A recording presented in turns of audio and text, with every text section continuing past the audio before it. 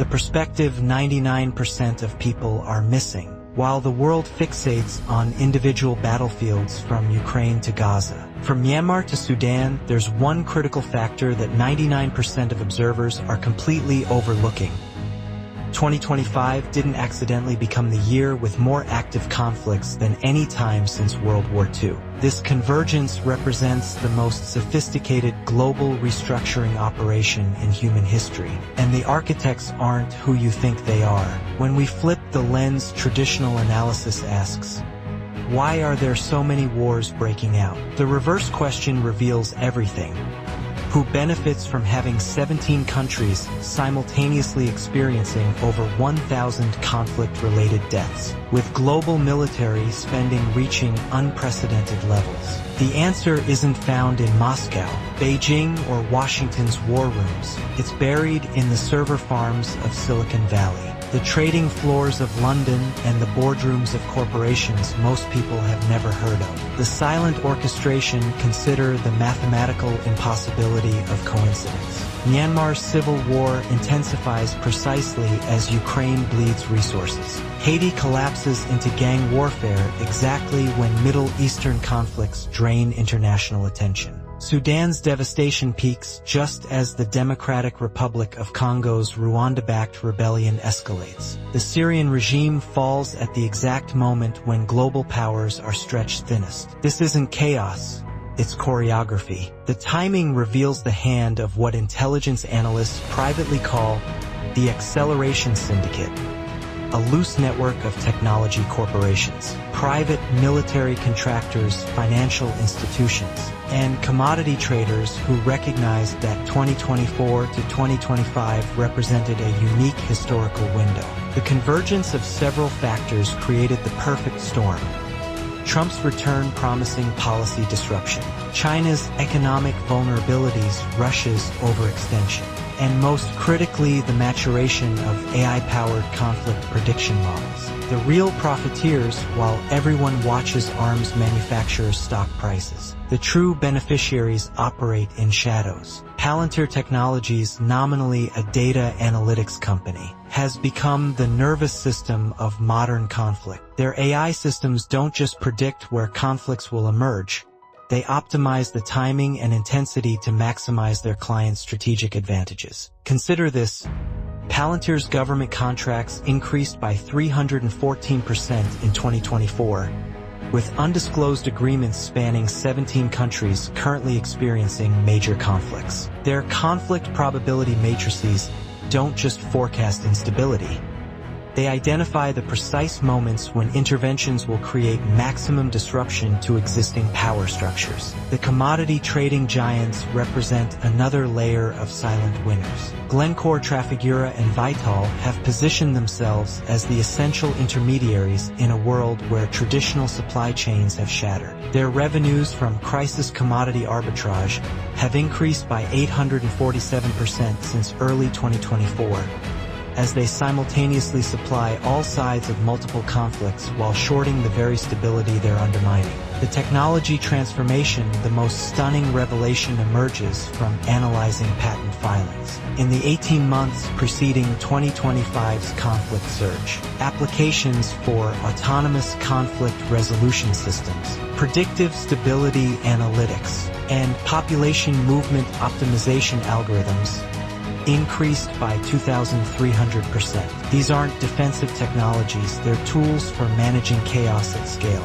Amazon Web Services, Microsoft Azure, and Google Cloud have quietly become the backbone of modern warfare logistics. Their edge computing infrastructure doesn't just support military operations, it optimizes them. When Ukrainian forces coordinate drone swarms, when Sudanese factions track displaced populations, when Haitian gangs manage territorial control, they're all using the same underlying technological architecture. The genius lies in creating dependency. Every conflict participant becomes reliant on these platforms. generating data that feeds back into the system, improving its predictive capabilities and deepening its control over future scenarios. The financial architecture following the money reveals the most sophisticated wealth transfer mechanism ever devised. BlackRock's conflict resilience funds have quietly become the largest single investor in companies positioned to benefit from global instability. Their algorithm-driven investment strategy doesn't just bet on chaos,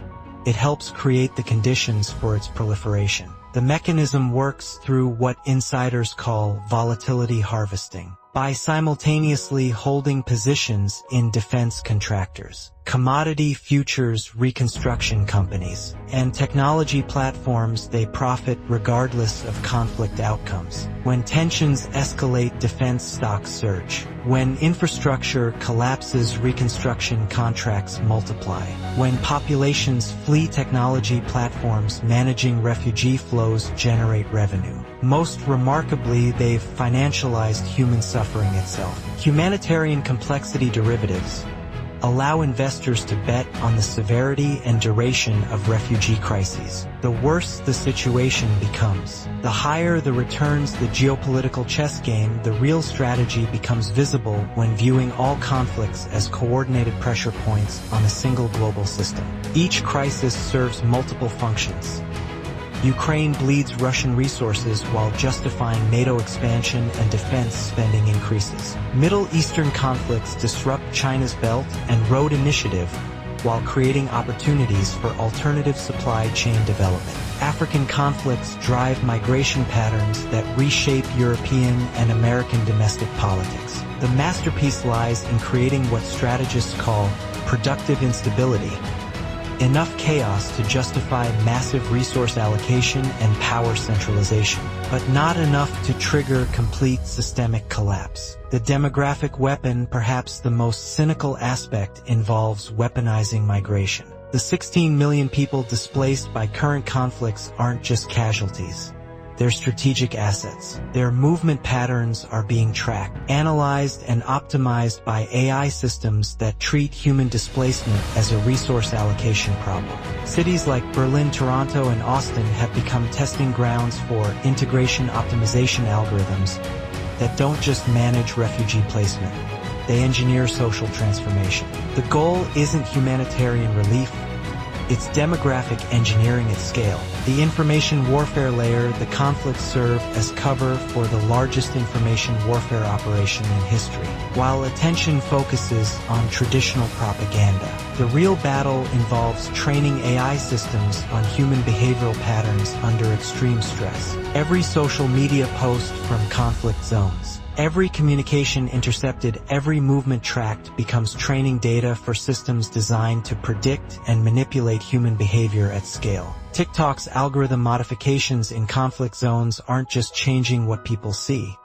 They're testing how information manipulation affects decision-making under pressure. The insights gained are then applied to democratic societies during election cycles, creating a feedback loop where foreign conflicts become laboratories for domestic political manipulation. Historical parallels and predictions. This pattern mirrors the 1840s Hungry 40s, when multiple simultaneous crises created conditions for massive social and economic transformation. Then, as now, technological advancement, telegraphs, railways, combined with financial innovation, modern banking, corporate structures, enabled unprecedented wealth concentration while populations focused on immediate survival. The difference today is scale and sophistication. Where 19th century industrialists needed decades to consolidate power, modern algorithms can reshape societies in months. The 50-year perspective viewed from 2025 will be remembered as the year humanity transitioned from human-directed to algorithm-optimized civilization.